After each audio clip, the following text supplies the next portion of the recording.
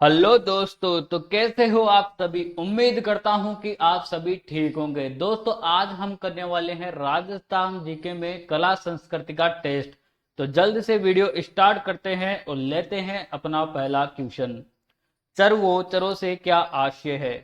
चरो क्या होता है दोस्तों। तांबे या पीतल का एक बड़ा जलपात्र, गन्ने पेलने का कोल्हू, या एक आभूषण विशेष, या फिर इनमें से कोई नहीं। तो क्या होता है चरो, आपको बताना है दोस्तों। तांबे या पीतल का एक बड़ा जलपात्र होता है, जिसे आप दिए गए चित्र में देख भी सकते हो। ऑप्शन ए आपका करेक्ट आंसर हो जाएगा। बढ़ते हैं दोस्तों नेक्स्ट क्वेश्चन की तरफ। सूम से आज से है। सूम क्या होता है। छाछ, कंजूस, गर्भवती घोड़ी, या फिर इनमें से कोई नहीं। तो सूम किसे कहा जाता है दोस्तों। सूम कहा जाता है सूम यानी कंजूस। ऑप्शन बी आपका करेक्ट आंसर हो जाएगा। बढ़ते हैं साथियों नेक्स्ट क्वेश्चन की तरफ।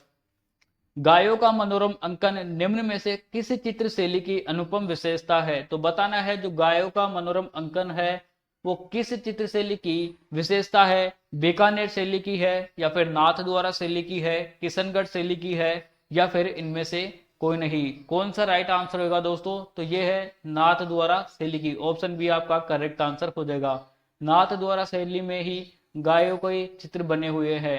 और दोस्तों इसमें किस किस के चित्र बने हैं। तो इसमें बने हुए हैं कृष्ण की बाल लीलाओं के चित्र। किसके बने हैं। कृष्ण की बाल लीलाओं के चित्र है। और जो कृष्ण जी की और यशोदा जी के जो चित्र है वो भी बने हुए हैं। गाय के चित्र बने हुए हैं जो कि क्वेश्चन पूछा गया है। और इसी के साथ में केले के वृक्ष के चित्र भी बने हुए हैं।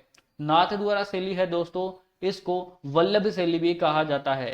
कौन सी शैली कहा जाता है। वल्लभ शैली भी कहा जाता है, यह भी आपको याद रखना है। बढ़ते हैं दोस्तों नेक्स्ट क्वेश्चन की तरफ। मांडना किस कला का प्रतिनिधित्व करते हैं। बताना है दोस्तों मांडना जो है किस कला का प्रतिनिधित्व करते हैं। चित्रकला, गायन कला, उष्टा कला, या नृत्य कला। सीधी सी बात है, क्वेश्चन पूछा है कि मांडना क्या होता है तो चित्रकला होती है, उसे मांडना कहा जाता है। ठीक है, तो ऑप्शन ए आपका करेक्ट आंसर हो जाएगा। बढ़ते हैं दोस्तों नेक्स्ट क्वेश्चन की तरफ। बोहरा बोहरी किस जाति का नृत्य है। बताना है जो बोहरा बोहरी नृत्य है वो किस जाति का है। हरिजन जाति का है, या फिर भील जाति का दोस्तों, या फिर गेर जाति का है, या फिर कालबिलिया जाति का है। तो किस जाति का है दोस्तों बताना है आपको। बोहरा बोहरी जो नृत्य है, बोरा बोरी नृत्य है दोस्तों हरिजन जाति का है। ऑप्शन ए आपका करेक्ट आंसर हो जाएगा। और बोरा बोरी जो नृत्य है दोस्तों होली के अवसर पर किया जाता है। कब किया जाता है।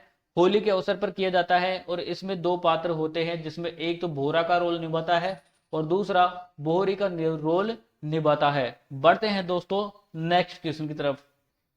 मुंह से बजाया जाने वाला वाद्य यंत्र कौन सा है। बताना है मुंह से बजाया जाने वाला वाद्य जो यह है वो कौन सा है। इकतारा है, या ताशा है, या अलगोजा है, या फिर नौबत है।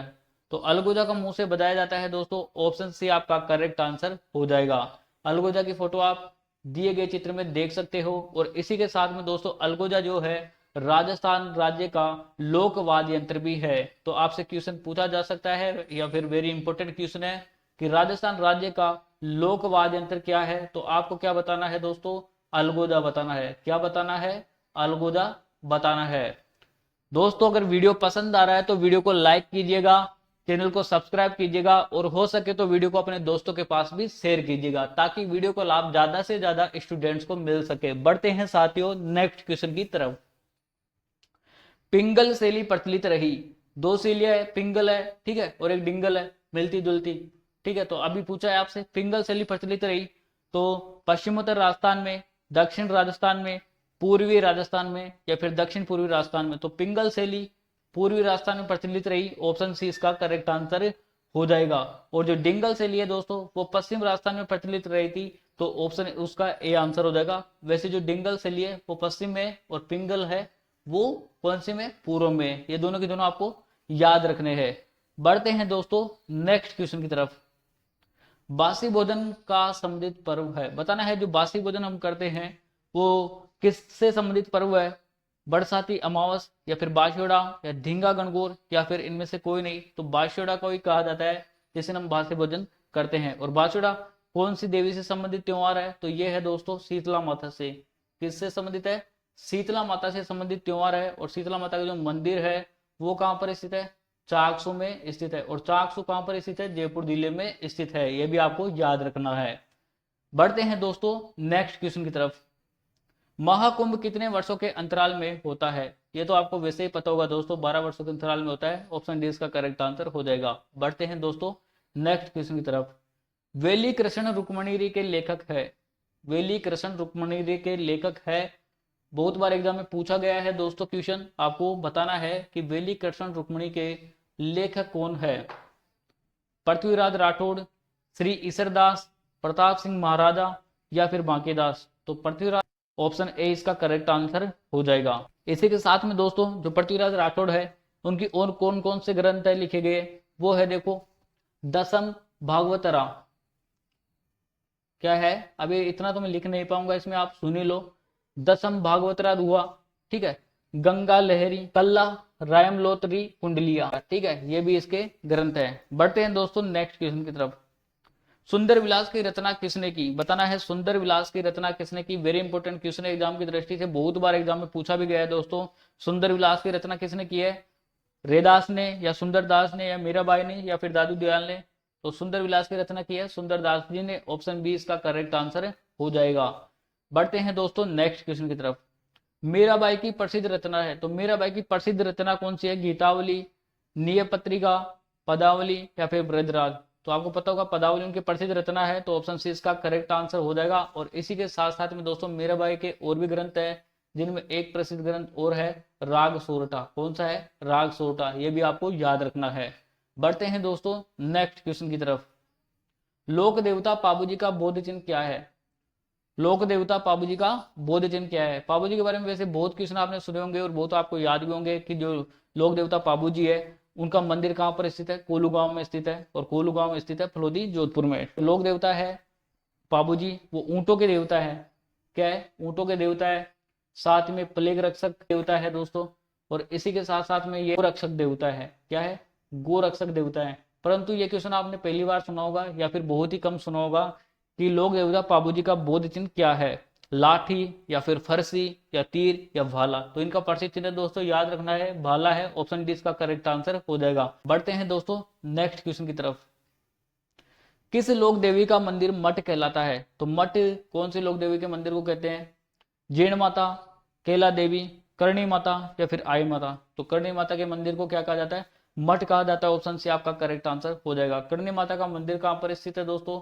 तो ये स्थित है देशनोक बीकानेर में। कहां पर स्थित है? देशनोक बीकानेर में, ठीक है, ये भी आपको याद रखना है। दोस्तों जो भी क्वेश्चन के साथ में इंपोर्टेंट फैक्ट्स बोलता हूँ, इंपोर्टेंट बातें बोलता हूँ, उनको भी आपको याद रखना है, उनको भी आपको नोट डाउन करना है, वो भी एग्जाम की दृष्टि से बहुत ही इंपोर्टेंट होती है। बढ़ते हैं दोस्तों नेक्स्ट क्वेश्चन की तरफ। कालबेलिया जाति किसे अपना गुरु मानती है? तो कालबेलिया जो जाति है किसे अपना गुरु मानती है? बताना है। गोरखनाथ जी को मानती है या फिर कानपा नाथ को मानती है, हरिश्चंद्र को मानती है या फिर मत्स्येंद्र नाथ को मानती है? तो कानपा नाथ जी को मानती है। ऑप्शन बी इसका करेक्ट आंसर हो जाएगा। और दोस्तों साथ ही में जो कालबेलिया जाति है उनके कुछ नृत्य हैं, जैसे इंडोनी नृत्य है, ये कालबेलिया जाति का है, ठीक है। इसी के साथ में नृत्य है पणिहारी। कौन सा?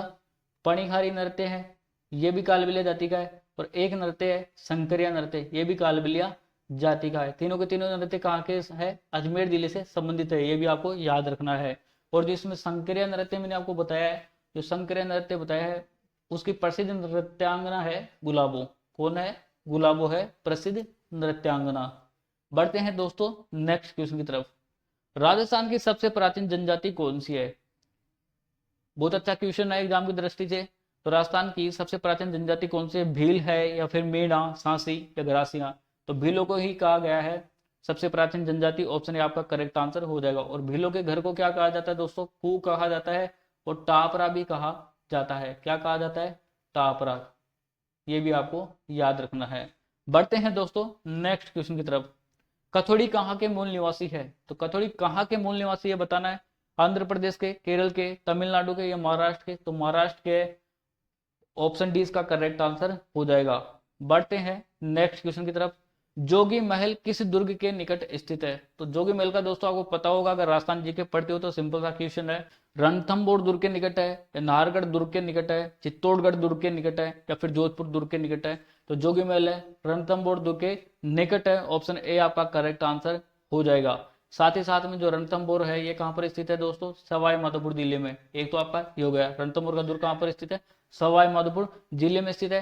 और जो रणथंभौर दुर्ग है उसका निर्माण किसने करवाया था, तो उसका निर्माण करवाया था दोस्तों रंती देव ने। किन्होंने करवाया था, रंती देव ने करवाया था, ये भी आपको याद रखना है। बढ़ते हैं दोस्तों नेक्स्ट क्वेश्चन की तरफ। राजस्थान का कौन सा दुर्ग दुर्गाधिराज कहलाता है, चित्तौड़गढ़ दुर्ग, नाहरगढ़ दुर्ग, मेहरानगढ़ दुर्ग और रणथंभौर दुर्ग। तो ये तो बहुत ही सिंपल सा क्वेश्चन, आपको पता होगा। चित्तौड़गढ़ जो दुर्ग है उसी को कहा जाता है दुर्गाधिराज। दोस्तों इस दुर्ग को राजस्थान का गौरव कहा जाता है। क्या कहा जाता है, राजस्थान का गौरव कहा जाता है। और किलों का सिरमौर भी कहा जाता है, किलों का सिरमौर भी कहा जाता है, ये भी आपको याद रखना है। बढ़ते हैं दोस्तों नेक्स्ट क्वेश्चन की तरफ। बाड़मेर का कश्मीर किसे कहा जाता है, बताना है साथियों। बाड़मेर का कश्मीर किसे कहा जाता है, आसोतरा, चौहटन, सिवाना या फिर पचपद्रा। तो सिवाना को कहा जाता है, ऑप्शन सी इसका करेक्ट आंसर हो जाएगा। उम्मीद करता हूं दोस्तों वीडियो आपको पसंद आया होगा। अगर वीडियो पसंद आया तो वीडियो को लाइक कीजिएगा, चैनल को सब्सक्राइब कीजिएगा और हो सके तो वीडियो को अपने दोस्तों के पास शेयर कीजिएगा, ताकि वीडियो का लाभ ज्यादा से ज्यादा स्टूडेंट्स को मिल सके।